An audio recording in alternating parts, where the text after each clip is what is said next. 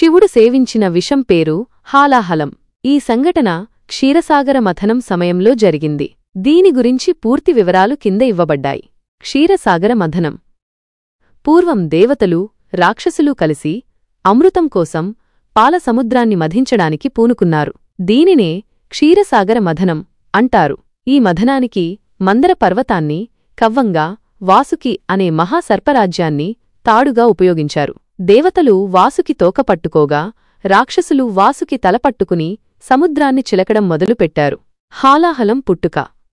సముద్రమథనం జరుగుతుండగా అమృతం పుట్టకముందే మొదట భయంకరమైన హాలాహలం, కాళకూటమని కూడా అంటారు, అనే విషం ఉద్భవించింది. ఈ విషం నుండి వెలువడిన తీవ్రమైన విష ప్రభావం వల్ల ముల్లోకాలు దహించుకుపోవడం ప్రారంభించాయి. ఆ విషపు పొగలు, జ్వాలలు సకల జీవరాశిని పీడించసాగాయి. శివుడి విషపానం.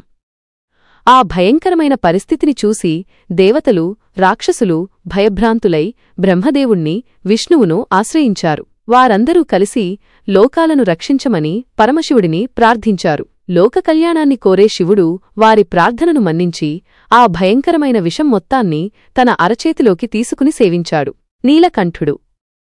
అలా శివుడు విషాన్ని మింగుతుండగా పార్వతీదేవి ఆ విషం తన భర్త కడుపులోకి వెళ్లకుండా తన చేతులతో శివుని కంఠాన్ని పట్టుకుందని పురాణాలు చెబుతున్నాయి. పార్వతీదేవి చర్య వల్ల ఆ విషం శివుని గొంతులోనే ఆగిపోయింది. ఆ విష ప్రభావం వల్ల శివుడి కంఠం నీలం రంగులోకి మారింది. అప్పటినుండి శివుడిని నీలకంఠుడు అని కూడా పిలుస్తారు. ఈ విధంగా శివుడు లోకాలను రక్షించడం కోసం హాలాహలం అనే భయంకరమైన విషాన్ని సేవించి నీలకంఠుడు అయ్యాడు.